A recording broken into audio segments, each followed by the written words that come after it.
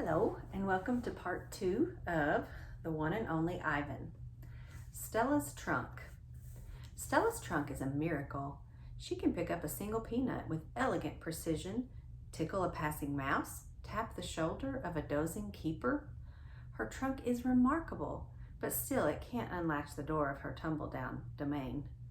Circling Stella's legs are long-ago scars from the chains she wore as a youth. Her bracelets, she calls them. When she worked at the famous circus, Stella had to balance on a pedestal for her most difficult trick. One day she fell off and injured her foot. When she went lame and lagged behind the other elephants, the circus sold her to Mac. Stella's foot never really healed completely. She limps when she walks, and sometimes her foot gets infected when she stands in one place for too long. Last winter, Stella's foot swelled to twice its normal size. She had a fever and she lay on the damp, cold floor of her domain for 5 days. They were very long days. Even now, I'm not sure she's completely better. She never complains though, so it's hard to know. At the Big Top Mall, no one bothers with iron shackles. A bristly rope tied to a bolt in the floor is all that's required. They think I'm too old to cause trouble, Stella says. Old age, she says, is a powerful disguise. A plan. It's been 2 days since anyone's come to visit. Mac is in a bad mood. He says we are losing money hand over fist. He says he's going to sell the whole lot of us.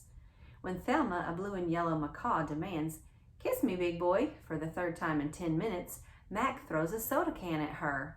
Thelma's wings are clipped so that she can't fly, but she can still hop. She leaps aside just in the nick of time. "Pucker up," she says with a shrill whistle. Mac stomps to his office and slams the door shut. I wonder if my visitors have grown tired of me. Maybe if I learn a trick or two, it will help. Humans do seem to enjoy watching me eat. Luckily, I am always hungry. I am a gifted eater. A silverback must eat 45 pounds of food a day if he wants to stay a silverback. 45 pounds of fruit and leaves and seeds and stems and bark and vines and rotten wood. Also, I enjoy the occasional insect. I'm going to try to eat more. Maybe then we will get more visitors. Tomorrow I will eat 50 pounds of food, maybe even 55. That should make Mac happy. Bob. I explain my plan to Bob. "Ivan," he says, "trust me on this one. The problem is not your appetite." He hops onto my chest and licks my chin, checking for leftovers. Bob is a stray, which means he does not have a permanent address. He is so speedy, so wily, that mall workers long ago gave up trying to catch him. Bob can sneak into cracks and crevices like a tracked rat. He lives well off the ends of hot dogs he pulls from the trash. For dessert, he laps up spilled lemonade and splattered ice cream cones. I've tried to share my food with Bob, but he is a picky eater and says he prefers to hunt for himself. Bob is tiny, wiry, and fast, like a barking squirrel. He is nut-colored and big-eared. His tail moves like weeds in the wind, spiraling and dancing. Bob's tail makes me dizzy and confused. It has meanings within meanings, like human words. I am sad, it says. I am happy, it says. Beware, I may be tiny, but my teeth are sharp. Gorillas don't have any use for tails. Our feelings are uncomplicated. Our rumps are unadorned. Bob used to have 3 brothers and 2 sisters. Humans tossed them out of a truck onto the freeway when they were a few weeks old. Bob rolled into a ditch. The others did not.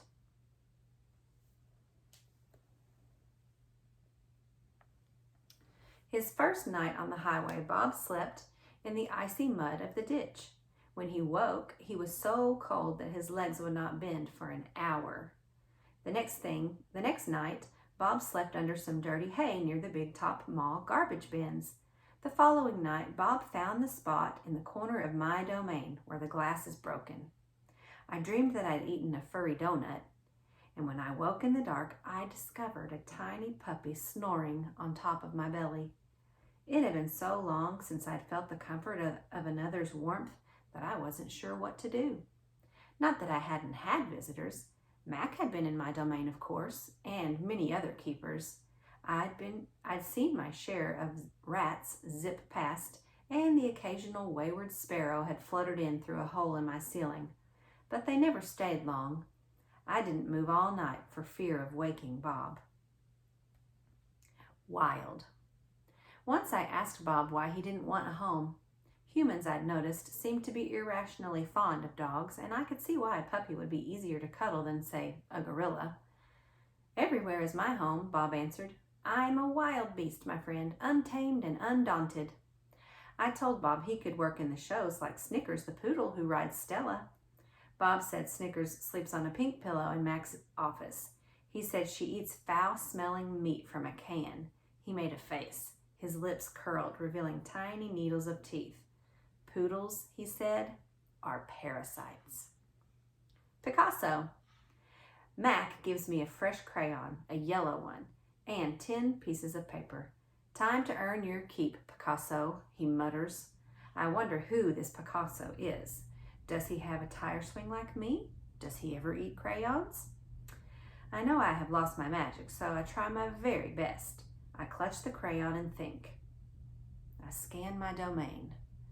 What is yellow? A banana. I draw a banana. The paper tears, but only a little. I lean back and Mac picks up the drawing. Another day, another scribble, he says. 1 down, 9 to go. What else is yellow, I wonder, scanning my domain. I draw another banana, and then I draw 8 more. 3 visitors. 3 visitors are here, a woman, a boy, and a girl. I strut across my domain for them. I dangle from my tire swing. I eat 3 banana peels in a row. The boy spits at my window. The girl throws a handful of pebbles. Sometimes I'm glad the glass is there. My visitors return. After the show, the spit-pebbled children come back. I display my impressive teeth. I splash in my filthy pool. I grunt and hoot. I eat and eat and eat some more. The children pound their pathetic chest. They toss more pebbles. Slimy chimps, I mutter. I throw a me-ball at them. Sometimes I wish the glass were not there. Sorry. I am sorry I called those children slimy chimps. My mother would be ashamed of me. Julia. Like the spit-pebble children, Julia is a child, but that, after all, is not her fault. While her father George cleans them all each night, Julia sits by my domain. She could sit anywhere she wants, by the carousel, in the empty food court, on the bleachers coated in sawdust. But I am not bragging when I say that she always chooses to sit with me. I think it's because we both love to draw. Sarah, Julia's mother, used to help clean them all, but when she got sick and grew pale and stooped, Sarah stopped coming. Every night, Julia offers to help George, and every night he says firmly, "Homework, Julia. The floors will just get dirty again." Homework, I have discovered, involves a sharp pencil and thick books and long sighs. Y'all feel that way about homework? I enjoy chewing pencils. I am sure I would excel at homework. Sometimes Julia dozes off, and sometimes she reads her books, but mostly she draws pictures and talks about her day. I don't know why people talk to me, but they often do. Perhaps it's because they think I can't understand them. Or perhaps it's because I can't talk back. Julia likes science and art. She doesn't like Lila Burpee, who teases her because her clothes are old. And she does like Deshaun Williams, who teases her too, but in a nice way. And she would like to be a famous artist when she grows up. Sometimes Julia draws me. I am an elegant fellow in her pictures, with my silver back gleaming like moon on moss. I never look angry, the way I do on the fading billboard by the highway. I always look a bit sad, though. Drawing Bob. I love Julia's pictures of Bob. She draws him flying across the page, a blur of feet and fur. She draws him motionless, peeking out from behind a trash can or the soft heel of my belly. Sometimes in her drawings, Julia gives Bob wings or a lion's mane. Once she gave him a tortoise shell. But the best thing she ever gave him wasn't a drawing. Julia gave Bob his name. For a long time, no one knew what to call Bob. Now and then a mall worker would try to approach him with a tidbit. "Here, doggy," they'd call, holding out a French fry. "Come on, Pooch," they'd say.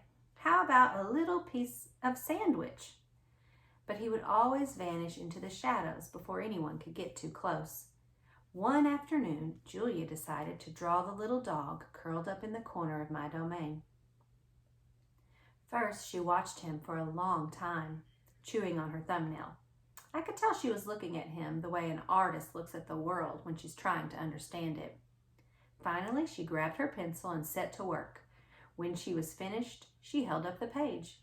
There he was, the tiny, big-eared dog. He was smart and cunning, but his gaze was wistful. Under the picture were 3 bold, confident marks circled in black. I was pretty certain it was a word, even though I couldn't read it. Julia's father peered over her shoulder. "That's him exactly," he said, nodding. He pointed to the circled marks. "I didn't realize his name was Bob," he said. "Me either," said Julia. She smiled. "I had to draw him first." Bob and Julia. Bob will not let humans touch him. He says their scent upsets his digestion. But every now and then I see him sitting at Julia's feet. Her fingers move gently just behind his right ear. Can you see him sitting by her feet?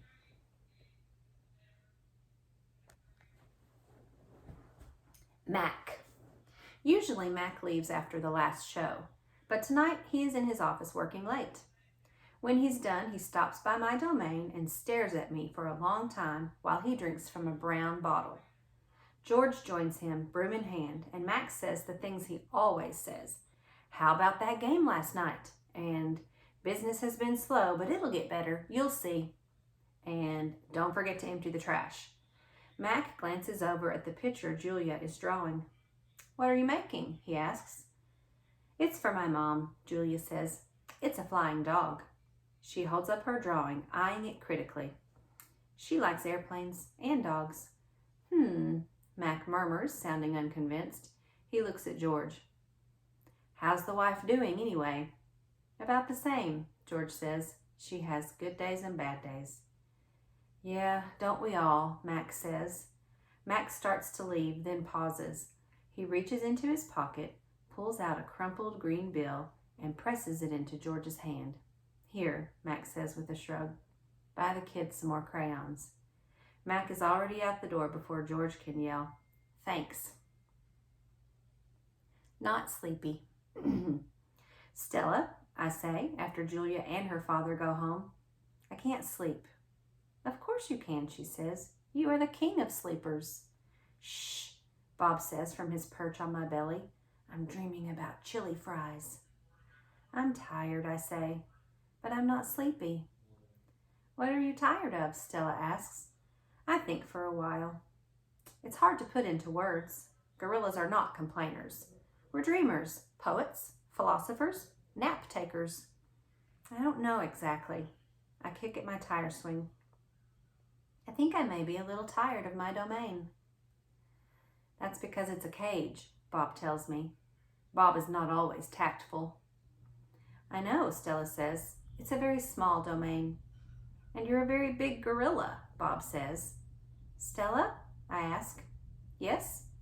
I noticed you were limping more than usual today. Is your leg bothering you? Just a little, Stella answers. I sigh. Bob resettles. His ears flick. He drools a bit, but I don't mind. I'm used to it. Try eating something, Stella says. That always makes you happy. I eat an old brown carrot. It doesn't help, but I don't tell Stella. She needs to sleep. You could try remembering a good day, Stella suggested. That's what I do when I sleep, when I can't sleep. Stella remembers every moment since she was born, every scent, every sunset, every slight, every victory. You know, I can't remember much, I say. There's a difference, Stella says gently, between can't remember and won't remember. That's true, I admit. Not remembering can be difficult. But I've had a lot of time to work on it. Memories are precious, Stella adds. They help tell us who we are.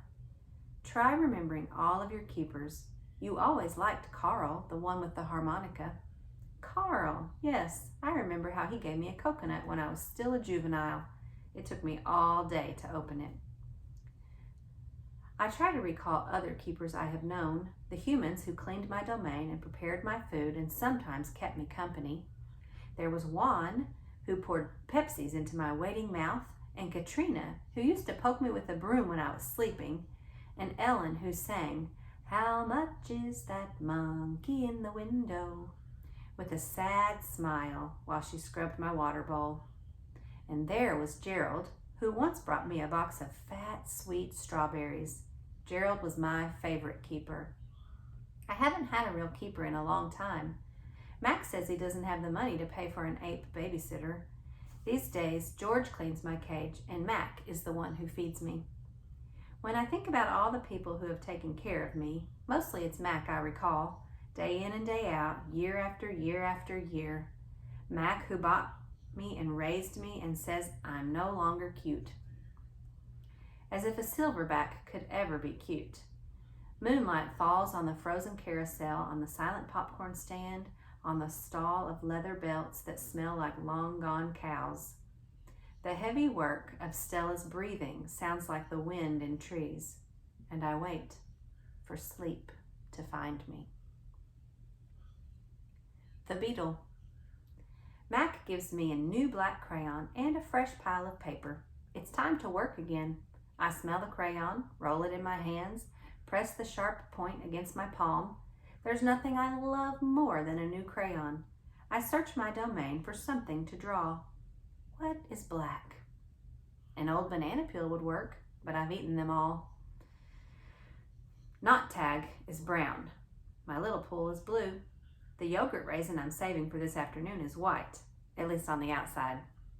Something moves in the corner. I have a visitor. A shiny beetle has stopped by.